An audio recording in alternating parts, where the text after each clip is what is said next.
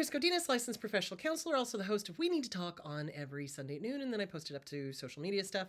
This video is for educational and informational purposes only. The views and opinions stated herein are mine and mine alone. They do not represent the ACA, the APA, or any other therapist for that matter. Boom, shakalaka done. I'd like to thank my sponsor, BetterHelp, BetterHelp, BetterHelp.com/Chris Godinez. They're an online therapy company. They are international. So if you're anywhere in the world, you're having a hard time getting into your own country's mental health system, go to betterhelp.com/Chris Godinez. Fill out the questionnaire. They'll place you with a licensed professional, master's level or PhD level therapist that can do international. And if you're here in the US, they can find one in your state. So thank you, betterhelp.com/Chris Godinez. Okay.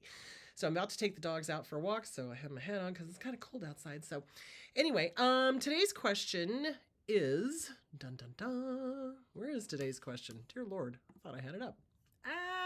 What did I do with it? It's here somewhere. There it is. Okay. What is the difference between a need and a boundary? Okay.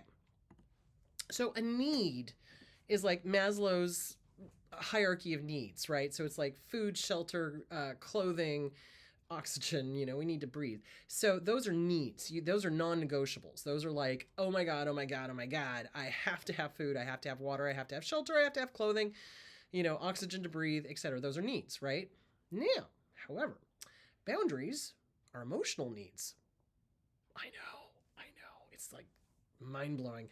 So, okay, a boundary keeps us safe, okay? A boundary is like a fence or a wall. Okay, it keeps the bad out and the good in, right? So boundaries are deal breakers. Okay, so we talked about deal breakers a lot, but I'm going to talk about it again. So a boundary is something that should never be crossed, ever. Okay, that is a boundary. Okay, and no is a good boundary guard word. So a lot of us were raised with the idea that we can't say no, because we were told that we couldn't say no. It's like you can't say no to an abuser because they'll punish you, right? But as an adult, you've got to start getting used to saying the word no a lot. Use it often, use it wisely, use it well, because it's a boundary word. It keeps us safe. So we say, and we should say, no when somebody makes an unreasonable request of us. Here's the thing. Abusers love to use. They are users and abusers, right?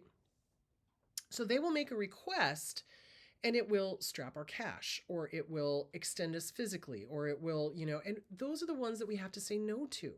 So if it's going to hurt you, if a request is going to hurt you physically, mentally, emotionally, say no, and I mean it. I am not doing this. I do not have the financial, mental, whatever capacity to do this. You're going to need to ask somebody else, period.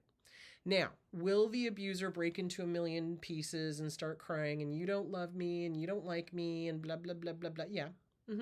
That's called manipulation.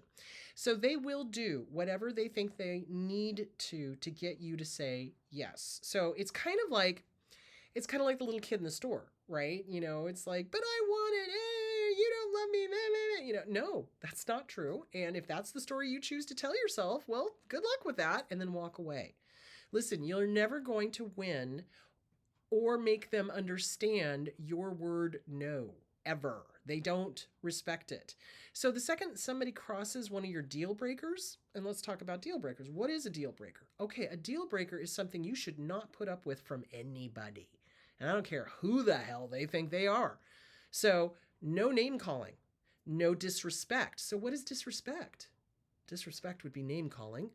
Disrespect would also be gaslighting, somebody who lies to you, rewrites history, tries to convince you that what happened didn't happen. That's gaslighting. That's also rewriting history. So they change the past in their head to fit their own narrative so that they can live with it. They tell themselves the stories that they can live with. And those are very often not reality for the rest of us. It's like if you go and ask somebody that was actually there when they did something, they'll have a completely different memory of it than the abuser does. 100%. Hold on one moment.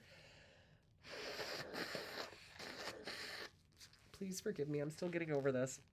Anyway, I am feeling much better.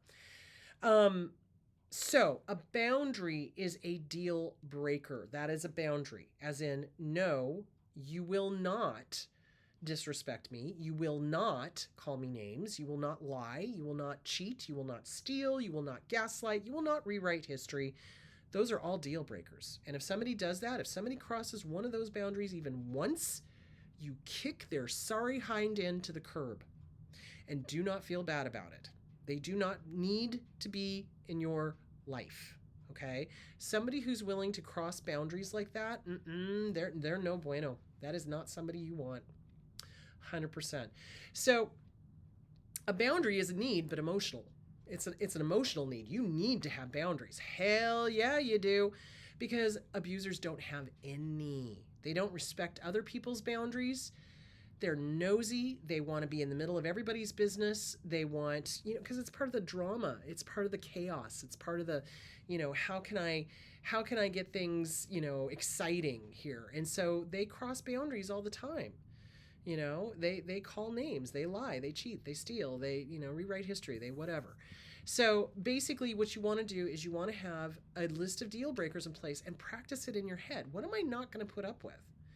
And I have on occasion had to call out other people for gaslighting, not anybody that is a friend of mine, but it's like in dealing with service type of things, it's like, that's not what happened, So, yeah, it's yeah, salesmen especially. So you really want to start practicing the word no. You do. You have a right to say no. You have a right to have boundaries. Boundaries are an emotional need because they keep us safe. Because if you allowed everybody and their dog who, abused and lied and cheated and stealed and stolen and all that sort of stuff to just come over your boundaries, you'd be a mess. So this is an emotional need. So a need is something that we need to stay alive, right? Food, water, shelter, clothing, air, oxygen. But this is an emotional need. And this keeps us safe. And there's nothing wrong with it. But I'll tell you who doesn't like boundaries. It's abusers. Because as soon as you say no to them, they get pissy because now they're not getting their way. And now they're like, well, but why? That's the classic. You say no to it, but why? Here's the deal. No is a complete sentence and needs no explanation. And that's what I tell people. It's like if I say no and they start doing the whole, but why, trying to wear me down, I look at them and I go, no is a complete sentence. Honor it. Period. As in, don't test me. So, and most people are not stupid enough to. So, you know what I'm saying? But if I have to, I will say that. I will say no is a complete sentence. It needs no explanation. Period. And usually with that look and that tone of voice, that is enough to shut them down because they realize they're not going to win. Remember, it's all about the win for the narcissist. They want to win. They want to make you do what they want you to do at all costs. But if you really are strong in your no, and I mean it, and this is a complete sentence and needs no explanation, and in fact, this conversation is done, and you turn around and walk away. So you have to be willing to let the person who is being inappropriate have whatever reaction they're going to have because they're gonna. You know what I mean? So this is important for us to learn as survivors of abuse because we never did get taught how to say no. We never did get taught the proper way to have boundaries. We never did learn what we should and should never, ever put up with, So now is the perfect time to figure it out. So write it out. What are things that you should never put up with? No, ever, never disrespect. Nobody gets to disrespect you. Nobody gets to call you names. Nobody gets to put you down. Nobody gets to be passive aggressive.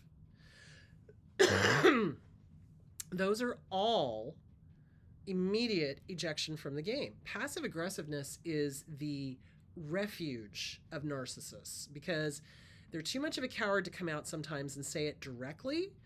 And so they'll get very passive aggressive, very snarky, very nasty. And no, I'm not going to put up with that. Life is too damn short. I'd rather spend time with my dogs. Thank you. So, you know what I mean?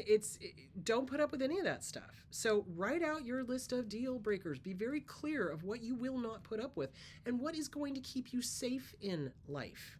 What boundaries do you need, like air, to keep you safe emotionally? And then check in with those boundaries every once in a while. How good are you at guarding them? How good are you at saying no when somebody tries to cross over? So practice, practice, practice, practice. The word no is not a bad word. Now, narcissists hate it, 110%, but we as survivors must learn to love it and learn the power of it. No is a complete sentence. No needs no explanation. That is a full stop. No, period. Don't like it? Ask somebody else. So that's what you got to learn to do. Okay, guys. I've got one more question for tomorrow, and you guys have a great day. I'm going to go walk the dogs, and I will talk to you soon. Bye.